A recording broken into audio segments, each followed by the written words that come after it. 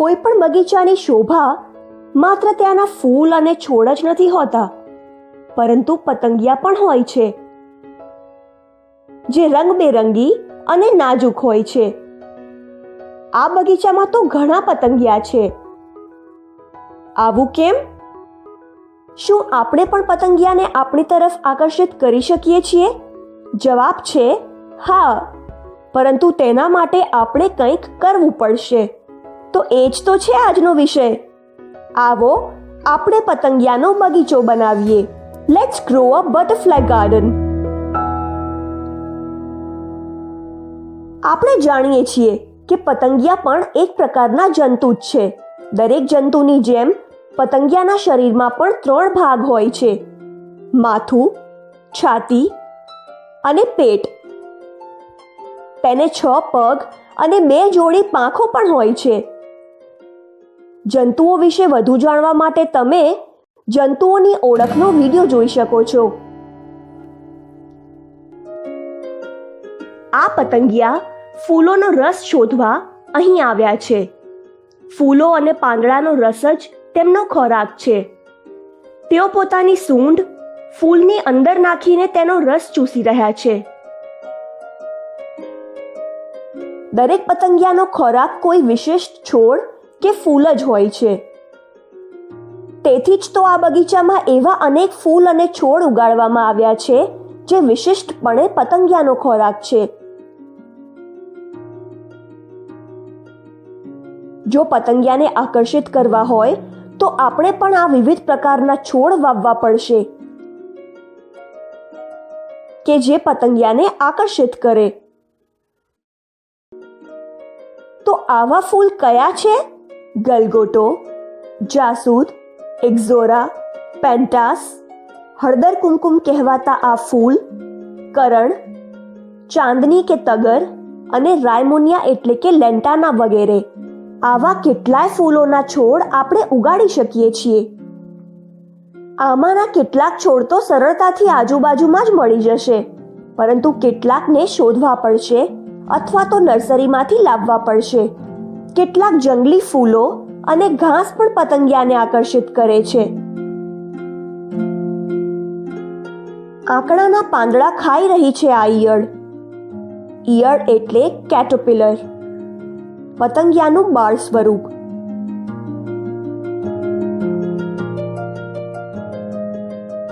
Plane tiger નામના પતંગિયાએ આંકડાના આ છોડ પર ઈંડા મૂક્યા હતા. એ જ ઈંડામાંથી બહાર નીકળી હતી આ ઈયળ. તે આંકડાના પાંદડા ખાઈને જ જીવતી રહેશે અને વૃદ્ધિ પામશે.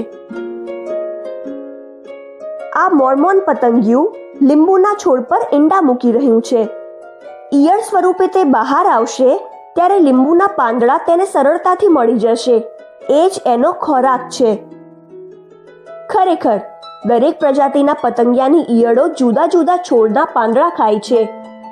જો આપણે આપણી આજુબાજુમાં એવા છોડ ઉગાડીશું કે જેને જુદા જુદા પતંગિયાની ઈયળો ખાય છે તો પતંગિયાની સંખ્યા આપોઆપ વધી જશે. આ કેટલાક છોડ છે જે ઈયળોનો ખોરાક છે. તો સમજો, પતંગિયાના બગીચામાં વાવવાના છે 2 જાતના છોડ. એક તો એ છે કે જે વયસ્ક પતંગિયાને રસ આપનારા હોય, જેમને અંગ્રેજીમાં નેક્ટર પ્લાન્ટ્સ કહેવાય છે. બીજા એ છે કે જે ઈયળો માટે યજમાન છોડ હોય, લાર્વલ હોસ્ટ પ્લાન્ટ્સ. બાળકોની સાથે સાથે મોટેરાઓ માટે ખોરાકની વ્યવસ્થા તો કરવી જ પડે. છોડની તો ખબર પડી ગઈ, પણ તેમને વાવીશું ક્યાં? પતંગિયાનો બગીચો બનાવવા માટે વધારે જગ્યાની જરૂર નથી.